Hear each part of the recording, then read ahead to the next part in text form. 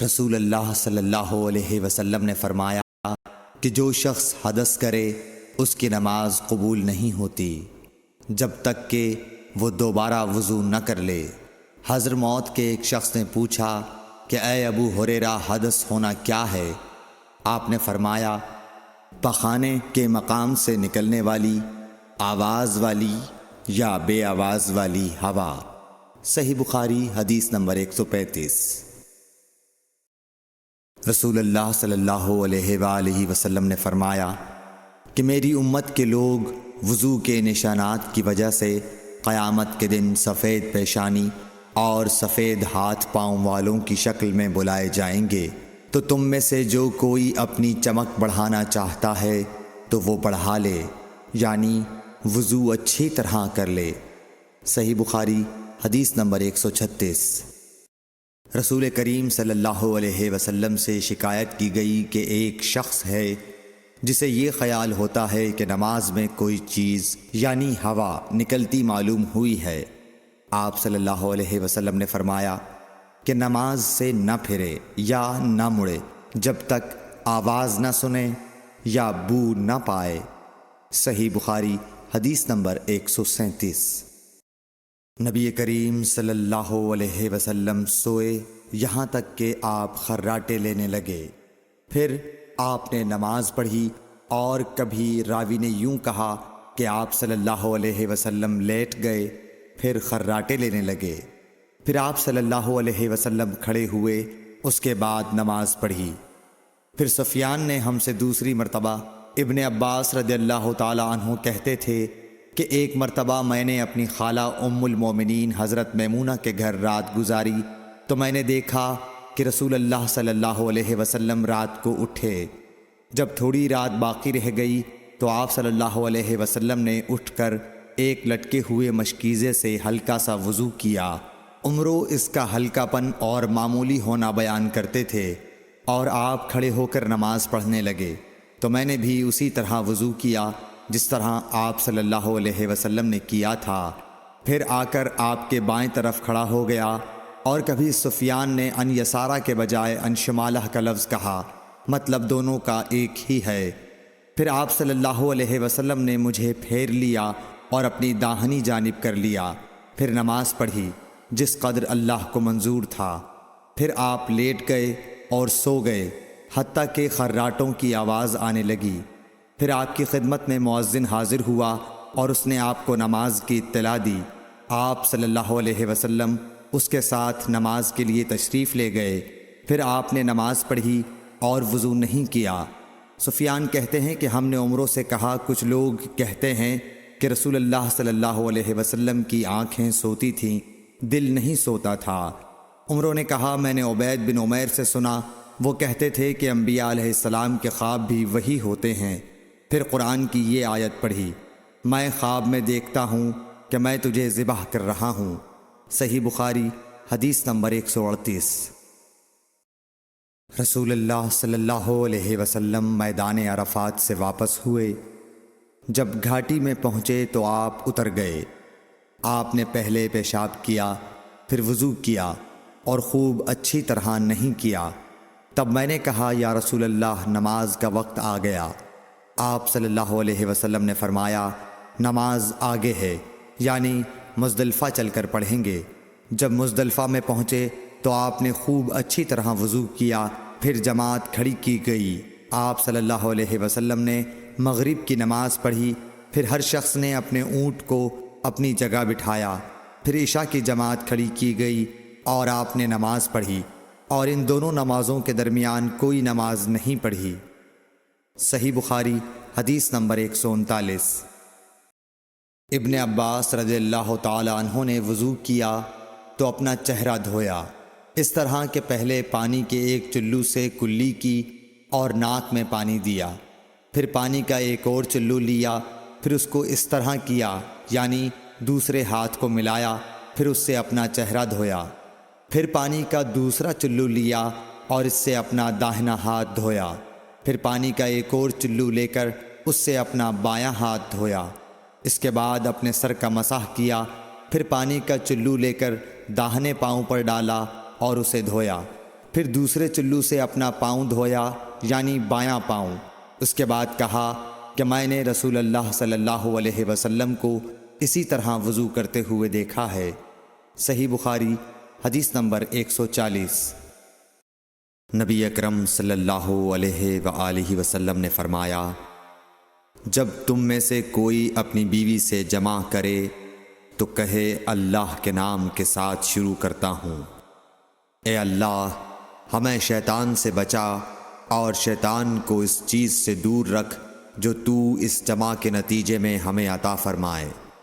یہ دعا پڑھنے کے بعد جمع کرنے سے میاں بیوی کو جو اولاد ملے گی اسے شیطان نقصان نہیں پہنچا سکتا۔ صحیح بخاری حدیث نمبر 141۔ رسول کریم صلی اللہ علیہ وسلم جب قضاء حاجت کے لیے بیت الخلاء میں داخل ہوتے تو یہ دعا پڑھتے، اے اللہ میں ناپاک جنوں اور ناپاک جنیوں سے تیری پناہ مانگتا ہوں۔ صحیح بخاری حدیث نمبر 142۔ ابن عباس رضی اللہ عنہ سے روایت کرتے ہیں، ابن عباس رضی اللہ تعالی عنہ سے روایت ہے کہ نبی کریم صلی اللہ علیہ وسلم پاخانے میں تشریف لے گئے۔ میں نے پاخانے کے قریب آپ کے لیے وضو کا پانی رکھ دیا۔ باہر نکل کر آپ نے پوچھا یہ کس نے رکھا؟ جب آپ کو بتلایا گیا تو آپ نے میرے لیے دعا کی اور فرمایا، اے اللہ اس کو دین کی سمجھ عطا فرمائیو۔ صحیح بخاری حدیث نمبر 143۔ رسول اللہ صلی اللہ علیہ وسلم نے فرمایا کہ جب تم میں سے کوئی پخانے میں جائے تو قبلے کی طرف منہ کرے نہ اس کی طرف پشت کرے، بلکہ مشرق کی طرف منہ کر لو یا مغرب کی طرف۔ صحیح بخاری حدیث نمبر 144۔ لوگ کہتے تھے کہ جب قضاء حاجت کے لیے بیٹھو تو نہ قبلے کی طرف منہ کرو نہ بیت المقدس کی طرف۔ یہ سن کر عبداللہ بن عمر رضی اللہ تعالی عنہ نے فرمایا کہ ایک دن میں اپنے گھر کی چھت پر چڑھا تو میں نے حضرت صلی اللہ علیہ وسلم کو دیکھا کہ آپ بیت المقدس کی طرف منہ کر کے 2 اینٹوں پر قضاء حاجت کے لیے بیٹھے ہیں۔ پھر عبداللہ بن عمر رضی اللہ عنہ نے واسع سے کہا کہ شاید تم ان لوگوں میں سے ہو جو اپنے چوچڑوں کے بل نماز پڑھتے ہیں۔ تب میں نے کہا اللہ کی قسم میں نہیں جانتا کہ آپ کا مطلب کیا ہے۔ امام مالک رحمۃ اللہ نے کہا کہ عبداللہ بن عمر رضی اللہ تعالی عنہ نے اس سے وہ شخص مراد لیا جو نماز میں زمین سے اونچا نہ رہے، سجدے میں زمین سے چمٹ جائے۔ صحیح بخاری حدیث نمبر 145۔ رسول اللہ صلی اللہ علیہ وسلم کی بیویاں رات میں مناصے کی طرف قضاء حاجت کے لیے جاتی اور مناصے ایک کھلا میدان ہے، تو حضرت عمر رسول اللہ صلی اللہ علیہ وسلم سے کہا کرتے تھے کہ اپنی بیویوں کو پردہ کرائیے، مگر رسول اللہ صلی اللہ علیہ وسلم نے اس پر عمل نہیں کیا۔ ایک روز رات کو عشاء کے وقت حضرت سودا بنت زمعہ رسول اللہ صلی اللہ علیہ وسلم کی اہلیہ جو دراز قد عورت تھیں باہر گئیں۔ حضرت عمر رضی اللہ عنہ نے انہیں آواز دی اور کہا ہم نے تمہیں پہچان لیا، اور ان کی خواہش یہ تھی کہ پردے کا حکم نازل ہو جائے، چنانچہ اس کے بعد اللہ نے پردے کا حکم نازل فرما دیا۔ صحیح بخاری حدیث نمبر 146۔ آپ صلی اللہ علیہ وسلم نے اپنی بیویوں سے فرمایا کہ تمہیں قضاء حاجت کے لیے باہر نکلنے کی اجازت ہے۔ صحیح بخاری حدیث نمبر 147۔ عبداللہ بن عمر رضی اللہ تعالی عنہ فرماتے ہیں کہ ایک دن میں اپنی بہن اور رسول اللہ صلی اللہ علیہ وسلم کی اہلیہ محترمہ حفصہ کے مکان کی چھت پر اپنی کسی ضرورت سے چڑھا تو مجھے رسول اللہ صلی اللہ علیہ وسلم قضاء حاجت کرتے وقت قبلے کی طرف پشت اور شام کی طرف منہ کیے ہوئے نظر آئے۔ صحیح بخاری حدیث نمبر 148۔ عبداللہ بن عمر رضی اللہ تعالی عنہ نے خبر دی، وہ کہتے ہیں کہ ایک دن میں اپنے گھر کی چھت پر چڑھا تو مجھے رسول اللہ صلی اللہ علیہ وسلم 2 اینٹوں پر قضاء حاجت کے وقت بیت المقدس کی طرف منہ کیے ہوئے نظر آئے۔ صحیح بخاری حدیث نمبر 149۔ انس بن مالک رضی اللہ تعالی عنہ کہتے تھے کہ جب رسول اللہ صلی اللہ علیہ وسلم رفع حاجت کے لیے نکلتے تو میں اور ایک لڑکا اپنے ساتھ پانی کا برتن لے آتے تھے، مطلب یہ کہ اس پانی سے رسول اللہ صلی اللہ علیہ وسلم طہارت کیا کرتے تھے۔ صحیح بخاری حدیث نمبر 150۔ انس رضی اللہ تعالی عنہ کہتے ہیں کہ جب نبی کریم صلی اللہ علیہ وسلم قضائے حاجت کے لیے نکلتے، میں اور ایک لڑکا دونوں آپ صلی اللہ علیہ وسلم کے پیچھے جاتے تھے اور ہمارے ساتھ پانی کا ایک برتن ہوتا تھا۔ صحیح بخاری حدیث نمبر 151۔ انس بن مالک کہتے تھے کہ رسول اللہ صلی اللہ علیہ وسلم پخانے میں جاتے تو میں اور ایک لڑکا پانی کا برتن اور نیزہ لے کر چلتے تھے، پانی سے آپ طہارت کرتے تھے۔ صحیح بخاری حدیث نمبر 152۔ رسول اللہ صلی اللہ علیہ وسلم نے فرمایا، جب تم میں سے کوئی پانی پیے تو برتن میں سانس نہ لے، اور جب پخانے میں جائے تو اپنی شرمگاہ کو داہنے ہاتھ سے نہ چھوئے اور نہ داہنے ہاتھ سے استنجا کرے۔ صحیح بخاری حدیث نمبر 153۔ نبی کریم صلی اللہ علیہ وسلم نے فرمایا، جب تم میں سے کوئی پیشاب کرے تو اپنا وضو اپنے داہنے ہاتھ سے نہ پکڑے، نہ داہنے سے طہارت کرے، نہ پانی پیتے وقت برتن میں سانس لے۔ صحیح بخاری حدیث نمبر 154۔ حضرت ابو ہریرہ کہتے ہیں کہ رسول کریم صلی اللہ علیہ وسلم ایک مرتبہ رفع حاجت کے لیے تشریف لے گئے۔ آپ کی عادت مبارکہ تھی کہ آپ چلتے وقت ادھر ادھر نہیں دیکھا کرتے تھے، تو میں بھی آپ کے پیچھے آپ کے قریب پہنچ گیا۔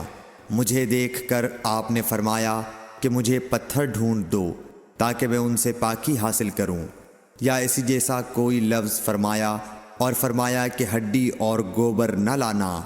چنانچہ میں اپنے دامن میں پتھر بھر کر آپ کے پاس لے گیا اور آپ کے پہلو میں رکھ دیے اور آپ کے پاس سے ہٹ گیا۔ جب آپ قضائے حاجت سے فارغ ہوئے تو آپ نے پتھروں سے استنجا کیا۔ صحیح بخاری حدیث نمبر 155۔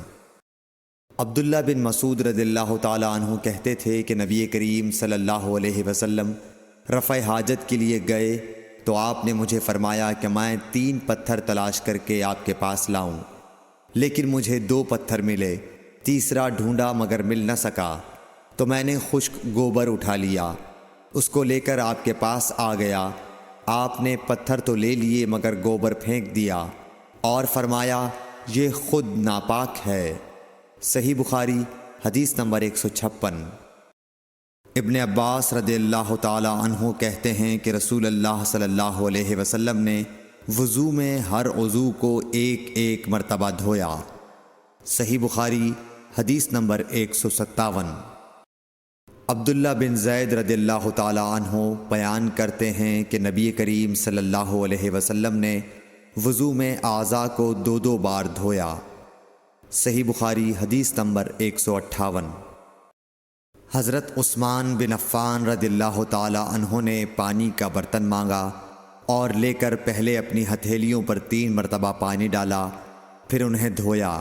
اس کے بعد اپنا داہنا ہاتھ برتن میں ڈالا اور پانی لے کر کلی کی اور ناک صاف کی، پھر 3 بار اپنا چہرہ دھویا اور کوہنیوں تک 3 بار دونوں ہاتھ دھوئے، پھر اپنے سر کا مسح کیا، پھر پانی لے کر ٹخنوں تک 3 مرتبہ اپنے دونوں پاؤں دھوئے، پھر کہا کہ رسول اللہ صلی اللہ علیہ وسلم نے فرمایا ہے کہ جو شخص میری طرح ایسا وضو کرے پھر 2 رکعت پڑھے جس میں اپنے نفس سے کوئی بات نہ کرے تو اس کے گزشتہ گناہ معاف کر دیے جاتے ہیں۔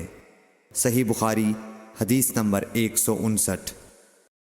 رسول اللہ صلی اللہ علیہ وسلم فرماتے ہیں کہ جب بھی کوئی شخص اچھی طرح وضو کرتا ہے اور خلوص کے ساتھ نماز پڑھتا ہے تو اس کے ایک نماز سے دوسری نماز پڑھنے تک کے گناہ معاف کر دیے جاتے ہیں۔ صحیح بخاری حدیث نمبر 160۔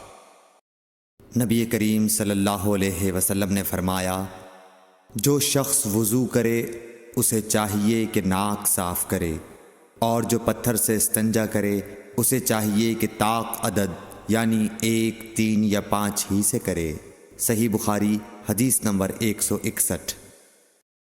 رسول اللہ صلی اللہ علیہ وسلم نے فرمایا کہ جب تم میں سے کوئی وضو کرے تو اسے چاہیے کہ اپنی ناک میں پانی دے، پھر اسے صاف کرے، اور جو شخص پتھروں سے استنجا کرے اسے چاہیے کہ بے جوڑ عدد یعنی 1 یا 3 سے استنجا کرے، اور جب تم میں سے کوئی سو کر اٹھے تو وضو کے پانی میں ہاتھ ڈالنے سے پہلے اسے دھو لے، کیونکہ تم میں سے کوئی نہیں جانتا کہ رات کو اس کا ہاتھ کہاں رہا ہے۔ صحیح بخاری حدیث نمبر 162۔ عبداللہ بن عمر رضی اللہ تعالی عنہ کہتے ہیں کہ ایک مرتبہ رسول اللہ صلی اللہ علیہ وسلم ایک سفر میں ہم سے پیچھے رہ گئے، پھر تھوڑی دیر بعد آپ صلی اللہ علیہ وسلم نے ہم کو پا لیا اور عصر کا وقت آ پہنچا تھا۔ ہم وضو کرنے لگے اور اچھی طرح پاؤں دھونے کے بجائے جلدی میں ہم پاؤں پر مسح کرنے لگے۔ آپ صلی اللہ علیہ وسلم نے فرمایا، ایڑیوں کے لیے آگ کا عذاب ہے، 2 مرتبہ یا 3 مرتبہ فرمایا۔ صحیح بخاری حدیث نمبر 163۔ حضرت عثمان رضی اللہ تعالی عنہ نے وضو کا پانی منگوایا اور اپنے دونوں ہاتھوں پر برتن سے پانی لے کر ڈالا، پھر دونوں ہاتھوں کو 3 دفعہ دھویا، پھر اپنا داہنا ہاتھ وضو کے پانی میں ڈالا، پھر کلی کی، پھر ناک میں پانی دیا، پھر ناک صاف کی، پھر 3 دفعہ اپنا منہ دھویا اور کوہنیوں تک 3 دفعہ ہاتھ دھوئے، پھر اپنے سر کا مسح کیا، پھر ہر ایک پاؤں 3 دفعہ دھویا، پھر فرمایا، میں نے رسول اللہ صلی اللہ علیہ وسلم کو دیکھا کہ آپ میرے اس وضو جیسا وضو فرمایا کرتے تھے، اور آپ صلی اللہ علیہ وسلم نے فرمایا کہ جو شخص میرے اس وضو جیسا وضو کرے اور حضور قلب سے 2 رکعت پڑھے جس میں اپنے دل سے باتیں نہ کرے تو اللہ تعالیٰ اس کے پچھلے گناہ معاف کر دیتا ہے۔ صحیح بخاری حدیث نمبر 164۔ ابو ہریرہ رضی اللہ تعالیٰ عنہ لوگوں کے پاس سے گزرے اور لوگ لوٹے سے وضو کر رہے تھے۔ آپ رضی اللہ تعالیٰ عنہ نے کہا، اچھی طرح وضو کرو، کیونکہ ابو القاسم صلی اللہ علیہ وسلم نے فرمایا، خشک ایڑیوں کے لیے آگ کا عذاب ہے۔ صحیح بخاری حدیث نمبر 165۔